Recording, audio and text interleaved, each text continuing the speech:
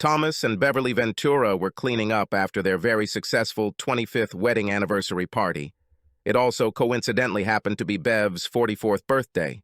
From Thomas's point of view, it would be easier for him to remember both events, which are very important for a successful marriage if they happened on the same day. On the other hand, if he were to forget about these events, he would only be at risk of punishment once a year, rather than twice a year. They were both exhausted from planning and executing the celebration together, but were confident that the more than 50 people who attended, including their 3 children, had a great time. Strangely, Tom found himself feeling melancholy about this day. Lately, he's been having more and more days like this. He could not determine the reason for this. It just seemed to him that he no longer enjoyed anything as much as before. Sometimes he felt like he was in a fog. It was as if he was looking for something that was no longer there. Well, he thought, it's probably just age. During the party, Beverly seemed a little out of sorts to him. He brushed his thoughts aside and began the chore of cleaning. "Tommy, do you think we could have a mature conversation today?" Under normal circumstances, such a statement would cause serious concern to any reasonable husband. However, this did not cause Thomas undue concern. He immediately realized that Bev wanted to talk about something important. She wouldn't use that provocative opening line to tell him she put a dent in the car. Such dialogues took place 2 or 3 times a year. Of course, at the beginning of the marriage, they happened much more often. It was not easy for 2 people to navigate how to become one, which is what a successful long-term marriage required. While this usually meant that Bev was unhappy about something, not all the news was bad. Until now, in every case of their marriage, it all ended in fantastic make-up sex. That's because the rules of these so-called adult conversations were that no matter how angry or upset the spouse calling the meeting was, it had to take place in bed after all the children were asleep. Oh yes, and very importantly, they both must be naked and must not hide from each other under the covers. They had to be completely open to each other, and most importantly, they had to hug each other throughout the conversation. Personally, Tommy found it very difficult to be angry with his wife when he cradled her in his arms, her naked breasts pressed sensually against his chest. So far, this method has successfully resolved all conflicts in their marriage, and he wasn't worried that it wouldn't happen later in the evening. Since Tommy was on the receiving end, he was the one who decided whether to turn the light on the nightstand on or off. He usually chose one so he could see Bev's breasts rise and fall seductively as her passion for whatever was being discussed at the meeting increased. Today, for some reason, he chose turned off. This turned out to be a prophetic choice on his part. Tommy, our last child, just graduated from high school and is about to leave for college. Well, I'm not sure going off to college is the right way to describe it, Bev, Tommy interrupted. I mean, Paris and Franklin going to a state college 15 minutes from our house doesn't really qualify? You know what I mean. He smiled in the darkness. Yes, honey, I understand what you're talking about. Although they still live with us, it is as if we are turning the page, opening a new chapter in our lives. Bev quickly stood up and kissed Tommy hard on the lips. At the same time, she tried to let her hardened buds slide lightly over his chest as she kissed Tommy. Bev knew it was driving him crazy. I'm so glad that you understand and feel this too. This makes what I have to tell you so much easier. With those words, and better late than never, alarm bells started ringing in Tommy's head. He was glad that he decided to turn off the light. He didn't want his face to give her away. My soul, as you know, I have been out of sorts for a long time, and our love has matured to such a degree that I think you'll understand where I'm going with this. I mean, there are new things I want to experience. Just tell me what's on your mind, Bev, he said warily. Okay, I want to have a different experience. Before we get too old. The kids don't need me like they used to. For God's sake, Bev, spit it out. He said it much louder than he intended. He quickly came to his senses and remembered that none of the children spent the night at home and did not hear his outburst. Interesting. I want to have a different relationship, expand my horizons, so to speak. Tommy was 99% sure where this conversation would lead, but he wasn't about to let her off the hook. Please, Bev, just tell me what you want. No more euphemisms, no more delays. Just say it. Thomas has always been the more level-headed of the two. He was not prone to whims or panic in tense situations. He was riding on an even keel, as he called it. He did not become arrogant when everything went his way, and did not lose heart when everything went against him. As a logistics engineer, he was process-oriented both at work and at home. Beverly, on the other hand, was the more free-spirited of them. She was prone to flights of fancy and did not hide her emotions. She worked for a marketing company, so her personality suited her calling.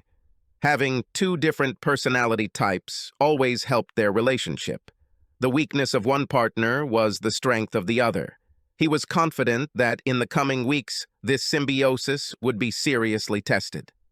Beverly climbed on top of Thomas, settling on his manhood from the waist down. He was sure she was hoping her friend would lighten the mood so she could control what happened next. But Bev was disappointed. If it weren't so dark and she could see Tommy's expression, she might not have continued. You know what I want to say, Tommy. Don't play games with me, honey. It is very important for me. But I want you to know that I would never do anything like that. I would never change the dynamic of our relationship without your understanding and approval. We've been a team all our lives, and this is no different from what it was before. Everything was seething inside him, but he maintained outward calm. He slipped into his work self. This conversation will not continue until you tell me clearly and directly what you want, Beverly. Tommy, you know what I'm asking. Please believe me. I can't tell you. Tom, with some effort, tore Bev away from him and tried to stand up. Okay, Tommy, don't go. I want to have a relationship. Tommy started to stand up again. She hugged him tighter. Tommy, I've never had anyone but you. So yes, sex is part of it, but I want to have relationships with other men while I'm still young enough to enjoy it. At this point, most husbands would be outraged. There would have been screaming and yelling, but Tommy was smarter. Tell me why this is so important to you. She hesitated. Come on, Bev. I know you are impulsive, but you are a smart and professional woman. You didn't come to that conclusion at dinner today. You didn't see the handsome young man who walked past you the other day and said to himself, I have to get him. So, I need your thoughts on how you came to this important decision. Before I can give you my thoughts. Now it was Beverly's turn to be surprised. Tommy had a strange look in his eyes as he spoke. In the darkness, Beverly couldn't see him, even though she was right above him. She expected screams and screams, so the children were not at home. Besides, it bothered her a little that Tommy was right. She had been thinking about this for months. She even discussed with her best friend Simi several times how she should broach the subject with Tommy. Simi told her that she was crazy for deciding to talk to her husband about this. She warned her that she needed to cheat secretly and never say a word about it to Tommy. Bev thought briefly about Simi's proposal, but she couldn't do that to Tommy. Dear, today I turned 44 years old. You know I'm an eternal optimist, but even I have to admit that more than half of my life is probably behind me. I really feel the need to have emotional relationships with other people. I know it's selfish of me, but I feel a strong need for it. She paused, expecting Tommy to say something at that moment, but he was silent. We are doing great in our relationship and raising our children together. At that moment, she lowered herself onto Tommy's arm again and threw her leg over his in the usual position. When he didn't push her away, she continued, I am not stupid. I know this will hurt you, but you need to know how much I love you. I know we can get through this together. She paused, waiting for him to interrupt, but again he didn't. Beverly was slightly embarrassed, but at the same time felt more confident. It should be a two-way conversation. Tommy, darling, tell me what you think. I promise I won't do this without your consent. For now, we're just talking. However, Tommy was not going to give in to persuasion. He still couldn't think of anything to say without sounding like a victim, or worse, a petulant child. Not until she fully explains herself. To be honest, Bev, your reasoning seems rather superficial so far. Please continue. he said curtly. I assure you, honey, it's not about you or even about a physical need. This is purely selfish and emotional self-indulgence on my part. She paused again, and he continued to remain silent. I think it comes down to the fact that I don't want to leave anything on the table. Oh, crap, I'm explaining it wrong. She sighed and hugged him tighter. She even started shedding real tears. In her mind, it was something she desperately needed to validate her self-worth as a woman. At the same time, she understood that this would cause Tommy great pain, and she loved him very much. Maybe she should just forget about all this. Even to her, it sounded childish. I know I'm hurting you a lot, Tommy, and I really didn't mean to. Her tears fell freely onto his chest. You know, I think I really understand your position, Beverly. I wish you could give me more, but I don't think that's necessary right now. Maybe sometime in the future, after you've thought it through, we can talk more about this. You are too thoughtful a person not to think about the consequences. Bev heard something different in his voice. She wasn't sure what it was. Maybe resign. I swear, Tommy, it kills me that I'm hurting you like this. But I hope you understand that I didn't mean to. And know that I will make amends to you. You've given me an awful lot to think about, Bev. I'm going to bed. I suddenly felt very tired. But Tommy, I thought maybe we could... Not today, Bev. These were words that neither of them had ever spoken before. He pulled away from her. I'm sorry, Tommy, she whispered. Her tears grew stronger. She truly loved him, and she knew she had hurt him. Bev was a little surprised that he didn't fight back, or at least show more emotion. She kissed him tenderly on the cheek and lay down with a sigh. Beverly was very happy that their conversation went so well, but maybe she was missing something. She loved Tommy with all her heart. She was already thinking about how she would continually show him her love as her journey progressed.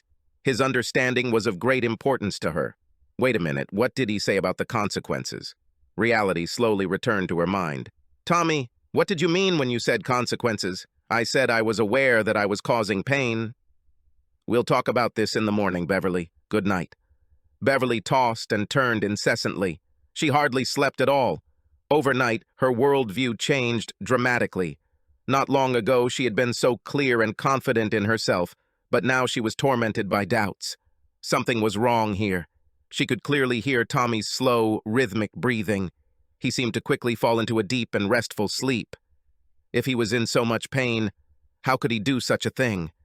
Men are such strange creatures. In the end, she too fell into an uneasy sleep. She woke up with a start and quickly sat up, finding that Tommy was not next to her. She looked at the clock on the nightstand. They showed 6:30. Tommy should be downstairs making coffee. When the cobwebs cleared from her head, she heard him moving noisily around the kitchen. Sighing with relief, she sank onto the pillow and plunged into thought for several minutes. Bev knew what she had to do. She jumped up, threw on her robe, and rushed to the kitchen. She started to tie her robe because she was still naked underneath, but decided not to. She needed some serious ass-kissing here. Being naked did nothing to hinder her efforts. Tommy, darling, good morning, she exclaimed joyfully. Please forgive me for my madness yesterday. Can we just chalk this up to the ramblings of a middle-aged housewife who is terrified of her approaching old age? She continued walking towards him. She hesitantly reached towards him. He allowed himself to be hugged. Bev's robe fell open, just as she had expected. She thought she still looked pretty good for an old maid. Thomas hugged her back and allowed his eyes to take in her busty and luxurious figure. She smiled knowingly. However, Bev noticed that something was missing. His hugs seemed somehow different, maybe even detached. She had a lot of work ahead of her, but she wasn't going to stop. She had to fix the situation with the man she loved more than life itself. Tommy quickly and silently returned to his daily duty of serving the two of them. Bev looked at her husband in bewilderment for a moment. She reminded him, I'm serious, Tommy. Forget everything I said last night. Really, honey, it was just stupidity on my part. Thomas was silent, standing with his back to Beverly, who was sitting. Sitting down in the chair, Bev made sure her robe was wide open. Tommy was still uncommunicative. When the coffee machine finally finished its brewing cycle, he carefully poured 2 mugs. He gets it black, and she gets it with 1 teaspoon of sugar, as always. He turned carefully. At the sight of Bev naked, he stopped briefly, but his face remained an indifferent mask. He sat down slowly and carefully, pushed the coffee towards her. "It's not that simple, Bev. How can I just forget what you said? Besides, as I told you last night, you must have been thinking about this for months before you approached me. Knowing you even discussed it with a few of your friends before telling me." Beverly blushed and lowered her head, suddenly engrossed in the contents of her mug. "No, Bev. I'll have to think about this a lot more. Your nakedness and apologies will not take away my pain." Bev was shocked. She reflexively pulled her robe closed, clenching it in her fist. "What to think about here? I told you I'm sorry." Out of surprise, her answer sounded much harsher than she intended. She suddenly realized how depressed Tommy looked. Thomas stood up. "I'm going to work, Bev." "Tommy, today is Sunday. You're not serious, are you?" A cold chill ran through her. "Tommy, please?" But he was already outside the door. Bev slammed her hand down on the table, causing her coffee to fly out of her overturned mug, which clattered to the floor and shattered on impact. "You are a stupid, stupid woman. What have you done?" Beverly lowered her head onto her folded arms and sobbed pitifully. He returned home very late. Beverly lay in bed and pretended to sleep. She heard him move. She hoped he would climb into bed soon. But he never came to their bedroom. She heard him go into the spare bedroom of their 5-room house. She couldn't stop crying. For the next few days, they tiptoed around each other. Every time she tried to bring up the elephant in the room, Tommy would simply get up and walk away. "Not now, Bev." That was his only answer. When Beverly returned home from work on Friday, she saw Tommy's car already in the garage. She hoped this was a good sign. This was not the case. Bev was full of hope when she entered the house. She immediately saw a sullen Tommy sitting at the kitchen table. He looked up at her with dead eyes and held out the envelope lying in front of him towards her. He couldn't even look her in the eyes. She looked at the envelope in bewilderment, then at Tom, then back and forth several times. In about 3 seconds, she went from a paralyzed state of shock to outrage. "Never! We won't get divorced. Are you crazy? Are you going to divorce me?" 25 years down the drain because I had one moment of madness. This will never happen, mister. She scattered the papers on the floor with one angry wave of her hand and, angrily stomping, went into the bedroom. "I have never cheated on you, Thomas Ventura." Tom remained expressionless. His face was an unreadable blank sheet. He flinched slightly when Bev slammed the bedroom door. He quietly rose from his chair. Picking up his already packed suitcase, he silently left the house for what seemed to him to be the last time. He had only made it 2 blocks to his motel room when his cell phone started ringing via Bluetooth. He answered without hesitation. "You are a goddamned coward. You're a fucking piece of shit. Listen to my words, Tommy," screamed the hysterical Beverly. "We are not getting divorced. I will never agree to this. I will fight this to the last penny. We'll both be penniless and on the street before I give you a divorce. You damn coward." Her squealing, interspersed with wailing and sobbing, continued for several minutes. Tommy continued to drive. He waited patiently for Beverly to calm down. He realized that she was already close to this when she began to have hiccups, which often happened under strong emotional stress. Finally, there was silence for a few moments. She uttered her last desperate words. Her voice was almost a whisper of a plea filled with sadness. "Tommy, you love me. I know you love me." He knew he would always love her to some extent, but he sighed before answering. "Bev, our marriage ended the moment you told me you wanted to have sex with other men." Without waiting for an answer, he disconnected the call. A subsequent meeting, or rather an attempt at intervention by the children a few weeks later, failed to convince him to remain married to their mother. However, they at least got him to agree to see a marriage counselor. He capitulated, if only so that they would stop pursuing and pestering him. He made a deal with them. He will go, but they will never try to interfere with their parents' relationship again. If they do this, their connection with him will be broken forever.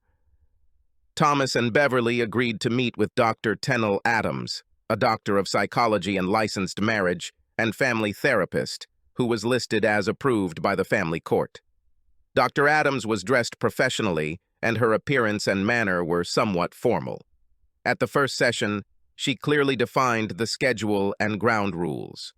Dr. Adams noted that during their first few sessions together, Beverly became emotional and expressed genuine regret about the current state of their marriage. She also took responsibility for her role in its destruction. She really insisted that Tommy was being stubborn and unreasonable. It was just one conversation. She stated in no uncertain terms that she had never cheated or even done anything that would not pass the husband test. On the other hand, Thomas was much more difficult for her to understand. He seemed to be listening, but he seemed distant. When Beverly spoke, he concentrated on what he was saying. It seemed like he was looking for something specific. But Tom never asked questions during the sessions. This seemed strange to Dr. Adams. At the beginning of their fourth session, after Beverly once again deeply apologized and stated her sincere desire to correct what she had done so that they could move on, Thomas unexpectedly interrupted her. "You're wrong, Bev. You can't fix it. You can't fix it because it's not all your fault." It took both Bev and Dr. Adams by surprise. "It's also my fault. Oh, I admit that when you first brought it up, I was furious. Angier than I ever remembered. I guess I was in shock. It took me a few days to come to my senses about what you did to me. I think, Doctor, you would call it my fragile male ego, which is incapable of rational thought. That's why I was so detached during this period. Once my initial rage had subsided, I needed to think things through." Both Bev and Dr. Adams looked puzzled. "Make no mistake, I was offended by your request, but not for the reason you probably thought. I was outraged that you had the courage to do what I didn't. I wasn't angry with you. I was angry with myself." "Tommy, what are you saying?" At this point, Dr. Adams intervened in the conversation. "Yes, Thomas, you must make this clear. Why are you so angry with yourself?" She had a sinking feeling that she already knew the answer, but it had to be said anyway. Dr. Adams didn't like to call herself a marriage and family counselor. She was a relationship consultant. She could not give advice if she did not know the essence of the problem. She was almost sure that she would soon find out the answer to this question. Tommy looked at his soon-to-be ex with a feeling of real compassion. He hoped that when this nightmare was over, they would be able to maintain friendly relations. He was conflicted. If he tells the truth, it may not be possible. "Because, Bev, I felt the same way." He closed his eyes for a moment to collect his thoughts. When he opened them again, he looked straight into Bev's eyes. "I just didn't have the heart to say it like you did. I knew that something had been missing in our lives for a long time. Maybe it's because the kids left. Or maybe we just spent so much time on our careers and raising our families that we lost each other. It's hard for me to articulate this. I think I just felt numb most of the time. But I didn't know why." Bev's breath caught in recognition. She involuntarily nodded her head in agreement. "Oh, I didn't necessarily want to have sex with other women. But then it dawned on me that your desire to have sex with others was not a selfish, abstract whim. You were looking for the intimacy that was between us before. It was a revelation for me. This, clarified my own situation for me. If that makes sense? Rather, you were trying to find something that we lost long ago. I believe you are trying to light a spark. We were once very good together, before we focused on children." They both smiled, fondly remembering the time that had passed. "I gave up living in the quiet and boring routine that our marriage had become. I felt like I was indebted to you.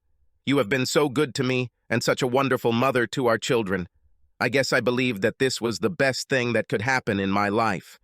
I felt that, well, I thought that out of loyalty, I would stay. When you said those words to me, it hit me like a ton of bricks. Upon reflection, I realized that you feel the same way as me. And then I made a decision. But Tommy, you never said anything. That's because I'm not as brave as you. At least until then. You made me take a good, long, hard look at myself as well as our marriage. I'm not sure I agree with you. Well, Bev, if you want to argue about this, would you like to strip naked and hug each other like we did before when we argued? Dr. Adams appears to be an avant-garde and creative consultant, but even she can have trouble with that. Thomas's eyes sparkled as he spoke. Dr. Adams remained expressionless. Tell me this, Bev. What word would you use to describe our marriage? Well, I would have to think. No, you wouldn't do that. You already know the answer. We've both said this many times when asked about it. They said it together, with a feeling of awareness and sadness. Comfortable. They were silent for several minutes. At that moment, Beverly realized that her marriage was truly over. And it has been like this for a long time. Love didn't matter anymore. The saying that love conquers all was complete nonsense. It's a good line in movies, on greeting cards, and in trashy novels, but that's about it. The daily trials and tribulations of real life, month after month, year after year, decade after decade, have surpassed the ideal of love. But this does not mean that there was no love. It was just the daily difficulties and hardships of real life that made it irrelevant. But Tommy, our marriage was not a mistake. The sex was still good, not the same as when we first met, but still good. It's not that we hate each other. No, it wasn't a mistake, but that doesn't mean we should stay married. And yes, the sex was good. But we haven't made love in years, Bev. You know it's true. Beverly wanted to object, but Tommy raised his hand. I'm not attacking you, Bev. I told you I understand, and I meant it. Let's stop fighting while we still love each other. Let's start looking for something new and interesting. It's about time, Bev. At this point, Dr. Adams intervened. Out of professional curiosity, Thomas, if you think so, why didn't you just agree to Beverly's proposal? Perhaps you would be willing to open your marriage to others? She gave you many opportunities to amend your proposal. What's the point, Doctor? Besides, do you know much more than I do about the success of so-called open marriages? The doctor gave him a look full of satisfaction, the kind a teacher gives to a star student after solving a difficult problem. As I understand it, our marriage is over. It was all over. Turning around with other people, dating, all that nonsense would only delay the inevitable. He paused to collect his thoughts. And by doing something like that, we might end up hating each other, he said with disgust. I thought it was better to cut the umbilical cord, get it over with right away. Yes, Thomas, I know. The doctor intervened again. You're right. It's a very bad strategy to try to save a problematic relationship. But I believe what Beverly is saying is that you never discussed this together. To her, it looks like you're just giving up on your marriage without putting up a fight. She paused thoughtfully, waiting for his answer. I thought about it. I think what worried me was that if I shared my thoughts, well, maybe Bev would try to stay like me, out of a sense of duty to me. She was already giving up her desire for change within minutes of plucking up the courage to speak her mind. This requires great courage. If that happened, we would be back where we were. Most likely, over time, we would quietly hate each other. I'm sure you've had many sessions with older married couples who are constantly angry at each other for no real reason. The doctor nodded again as a sign of understanding. Think about it, Bev. We haven't done anything together for the past few years, just the two of us, like it was before the children were born. We come home from work tired, we eat dinner together, mostly in silence. We're not talking about anything serious, as usual. How's your work? Or about what happens to children. When we finish, we go to our rooms to do our own thing. We have different friends, interests, and hobbies. We really don't exist anymore. From my point of view, I didn't want to become one of those old people who sit in cafes all day long because they can't bear to sit at home with their wife. I've seen and heard them before. All they do is whine about their life, their wife, and how the world has turned to shit. They constantly criticize those whose lives are different because, in their opinion, everyone should be as unhappy as themselves. But in reality, all they do is sit and wait for death. Tom felt embarrassed for his words, but the doctor just smiled at him and he continued, "We both deserve better, Bev. For that matter, so do our children. I know that I could and should have responded more adequately to your cry for help, but at that moment it seemed to me that I just needed to rip the bandage off an open wound." Their amicable divorce was finalized 9 months later. They agreed that Beverly would stay in the house with the children until they graduated from college. They will then split the proceeds from its sale 50-50, just like everything else. When Thomas received the final court decision in the mail, he drove from his tiny apartment near his work to his old house. As expected, he found a gloomy Beverly in the living room, surrounded by children sitting gloomily at the table. She was clearly crying. When he entered the house, all 4 pairs of eyes turned to him. "I'm sorry. Perhaps you should have knocked." He pointed his thumb towards the door. "You'll have to get used to this." "Don't be funny, Tommy. It's still your home." Beverly waved her hand, driving away his thoughts. "So you got your copy too." Tommy calmly stated the obvious. Bev nodded silently. I wanted to make sure you were okay, you know?" She nodded again and began to cry quietly. "Tommy, I didn't cry because I thought what we were doing was wrong. I cried for what we lost many years ago, and I thought about what we could do differently to avoid this." He smiled thinly. "I understand, Bev. I had the same thoughts. We were just talking about dinner. Why don't you stay and share it with us?" Bev snorted. "We can all be miserable together." He agreed. What the hell? He had nothing better to do. Over the next few months, this became a regular family event on Wednesday evenings. If any of them were aware of the irony that they had never done this before, no one spoke about it. Tom eventually returned home and began gardening and farming several days a week, as he always did. Pretty soon, Bev was doing his laundry for him, just like she always did. She even went grocery shopping so that his refrigerator and pantry would have something other than beer and a cup of noodles. For the most part, Wednesday dinners were spent talking lightly and casually about what was going on in the children's lives. However, over time, Tom and Bev began to try to spend some quiet time together after dinner while their children were doing homework or working on other projects.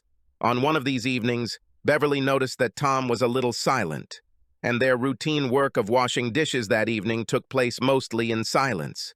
She asked carefully, "Are you all right, Tommy?" He sighed slightly, turned off the tap and turned to face her, drying his hands on a towel and leaning back against the counter. "I don't really like looking back, Bev, but yesterday I thought that I never gave you the chance to tell me why. Even during our consultations, maybe it doesn't matter anymore, but it bothers me." He wrinkled his brow. "Actually, this is not entirely true. It's not so much about the why as it is about the what. What did you think would happen when you confronted me with your need? I guess that's what you could call it." "Wow, Tommy, there's so much—" "You don't have to tell me," he quickly intervened. "I mean, you don't owe me anything or anything." "No, I want to tell you, Tommy. I guess I really owe you one." She thought for a moment before continuing. "I never told you, but I saw Dr. Adams alone a few more times after we agreed to divorce. We talked a lot about this, and there are some things that I don't quite understand even to this day. But one thing I can say for sure, I didn't expect what happened, Ed, that's for sure. They both had a good laugh about it. However, over time, and especially during consultations, I gradually came to understand that your decision was truly the best for all of us, including children." Bev studied Tom's expression carefully. "Please do not be angry. I'll tell you the truth, but maybe some of it will hurt." "I know, but I really need to understand, if only for my own peace of mind." "Fine. First of all, you were right. I thought about this for a long time, almost a year, if you can believe it. Besides, I was honest when I told you that this was a discussion. I wasn't trying to shove anything down your throat. I would never have done this if you had refused. Now, it sounds corny and self-serving, I know, but it's true nonetheless. I thought there were 3 scenarios that could happen if I talked about it. But I'd be lying to you if I didn't tell you that there was a part of me that thought and hoped that you would let me do this. A shocked expression immediately appeared on Tom's face. I know, Tommy, I know. She held out her palms to him so that he would not interrupt her flow. But then I thought I could convince you that it wouldn't hurt us. It was only much later, in a conversation with Dr. Adams, that she convinced me that if you agreed, only 2 things could happen. And in both cases, our marriage would have ended anyway. In one case, I would lose all respect for you for allowing it. And in the second, you would lose all respect for me for doing it. In any case, we would have divorced. At this point, Beverly became emotional. Of course, when I came up with this plan, the second option that I really hoped for was that you would scream at me. And then, in the end, we would go to counseling, where we would work everything out and save our marriage. When you didn't, you really threw me off balance. That's when I lost control of the argument, and that's why I attacked you when you handed me the papers. She was silent for a long time. What about the third option? He whispered to her barely audibly. Bev laughed bitterly and caustically. I thought that in the worst-case scenario, we would end up in some kind of open marriage. Dr. Adams gave me some statistics on this. Suffice it to say that our marriage would have been over if any of the 3 options had come true. I believe a marriage truly ends when one party believes that their selfish need is the most important part of the relationship, right? In the end, you were right. Our marriage fell apart as soon as these words came out of my mouth. She began to cry quietly. Tom hugged her and let her talk. Listen, Bev, I don't blame you for ruining our marriage. It took us both. You may have lit the fuse, but sooner or later it was bound to happen anyway. He thanked her and quietly left. On the way home, he couldn't decide whether he felt vindicated or like a jerk for putting Beverly through this. Be that as it may, family dinners on Wednesdays continued. If Tom and Bev noticed it, they never admitted it, but Paris, Franklin, and Tracy constantly joked that after their divorce, their parents acted as if they were married. From that moment on, Beverly and Tom never discussed the past again. Instead, they focused on what was going on in each other's lives. The conversation invariably turned to personal experience. When asked, Tommy was reluctant to tell Bev about several unsuccessful dates. He told her it made him very shy. The first attempt was a blind date, to which his work friends took him. She was a very nice woman. However, she immediately told him that she was looking for a man who would marry her and help raise her 3 teenagers. She talked about marriage like a business deal. It was an unfortunate start to his single life. The second attempt at a date was with a recently divorced woman like him, and she interrogated him as if she were a prosecutor in a murder trial. Tommy was sure that this woman mistook him for a criminal. There was no second date either. After that, Tommy said that he would refrain from making new acquaintances for now. Beverly didn't go on any real dates, but she did have coffee with a few guys from work. She tried going to bachelorette parties a few times, but told Tommy that it depressed her. Her girlfriends, single, married, and divorced, dragged her to famous pickup spots. It seemed to Beverly that everyone there was too desperate. They were trying so hard to have a good time that it seemed cynical. This bothered her greatly. The third time she went out with the girls, 2 married women started making out with guys at the bar. One of them, a work colleague, actually left with one of the lizards. Beverly was shocked. Another married girl, doing the kissing, Tammy, noticed Bev's disapproving look and commented, "Relax, Miss Goody Two-Shoes. What our husbands don't know won't hurt them. Besides, we deserve to take a break from life in our boring world of being a wife and mother every now and then." Without thinking, Bev snapped, "I could never do something like that with my husband." "Yes, and look what it got you to. How stupid could you be? Tell your husband that you are going to change. What the hell were you thinking?" The moment she told Tommy her story, she broke down. He walked over to her and hugged her, trying to comfort her.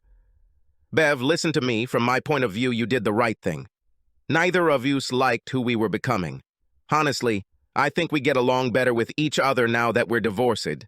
There is no law anywhere that says you have to wait until you hate each other before breaking up."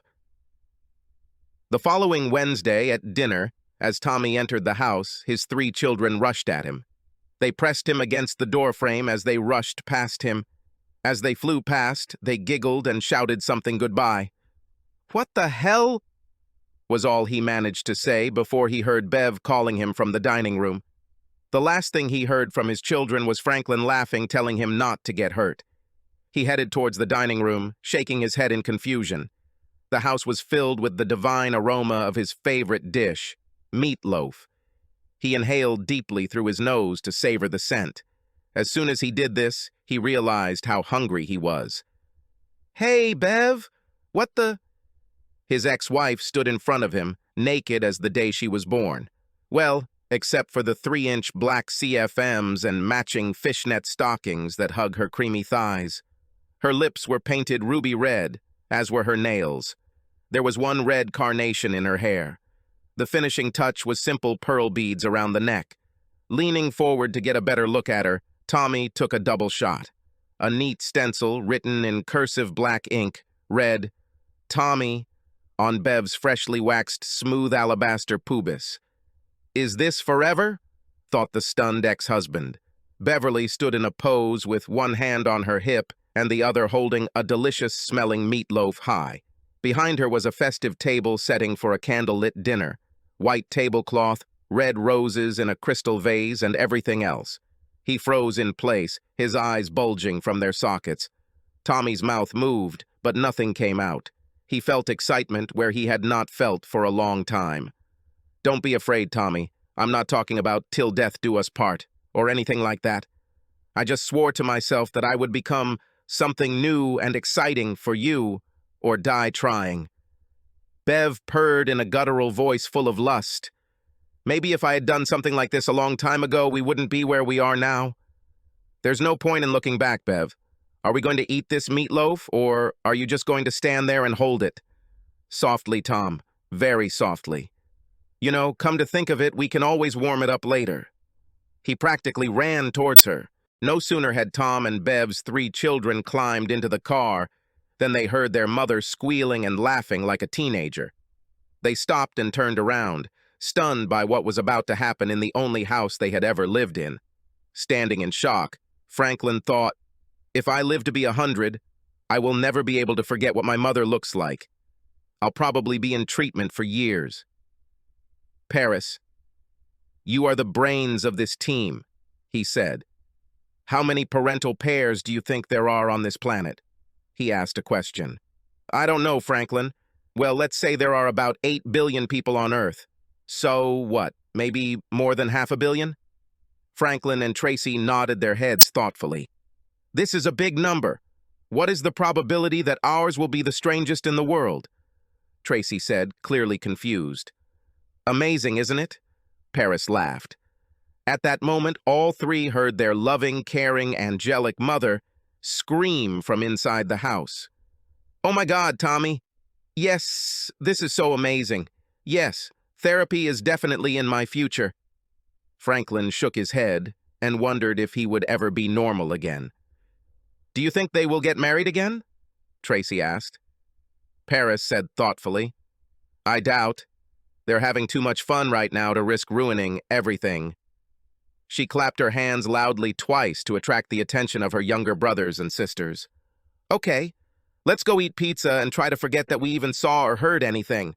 Subscribe to our channel so that your second chaff doesn't cheat on you, and go ahead and listen to the next story, because this story is nothing compared to the next one. If you're under 18, don't even think about listening to the next one."